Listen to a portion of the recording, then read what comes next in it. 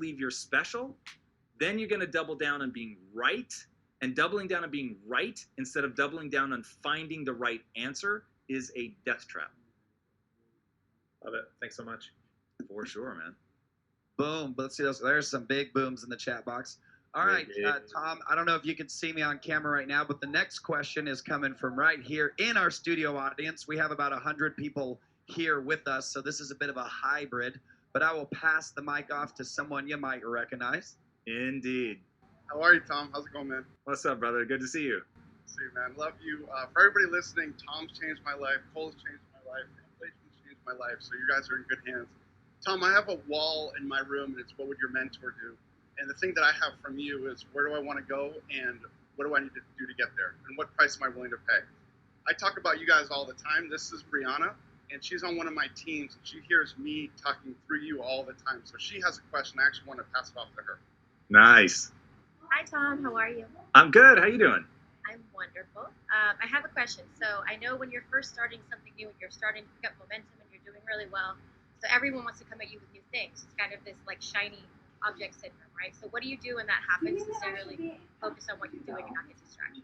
Oh, man, that's a great question. So most people think that they're going to suffer from a lack of opportunity. And so people are, in the beginning, rightly focused on how do I go up and get some momentum going? How do I get some interest?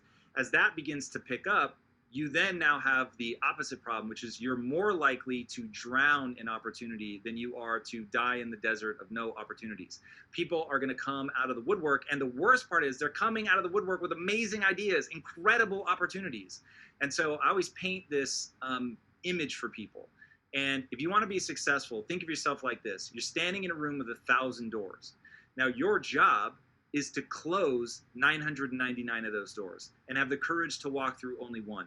When you can get that kind of clarity and have that kind of decision making, like decide, I think comes from the Latin meaning to cut. And so deciding isn't about choosing the one. It's about not choosing all the others. It's about knowing what to let go of. That is so difficult. And then the more terrifying thing is knowing when to make the switch. So that in the beginning, like take Quest, for instance, in the beginning, we were private labeling for other people. So imagine there was a moment in time where you could get a Quest bar in our wrapper, or you could get a Quest bar in some other guy's wrapper. And there was no difference in the product. They were the same product in different wrappers. And in the beginning, it was like, yo, we need the revenue, man. So we needed somebody that could let us buy our packaging in bigger bulk. And so we could do better deals. And so it made sense when we did it. But over time, it stopped making sense. And so we had to, one, know when we structured that deal that we had an out, and then two, be able to recognize when the moment came for us to take that out. So it's this really delicate balance of knowing when you're in one zone of the scramble, create opportunity, there's nothing going on, I need to get something moving, and then now I'm in that room with 1,000 doors, and now I have to really be conscious of what I'm trying to achieve. This goes back to the very first thing I said, clarity, clarity, clarity, because you're going to want to do a lot of them. And so I'll run a thought exercise and I'll say, what would happen if I pass on this, but Ricky does it? And Ricky goes on to build $1 billion company. How do I feel in that moment?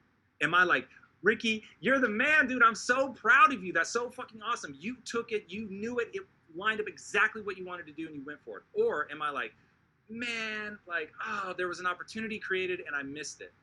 Now, you only fall into the, oh man, there was an opportunity and I missed it when what you're chasing is money, prestige, scale, right? And you're letting those things be your value system.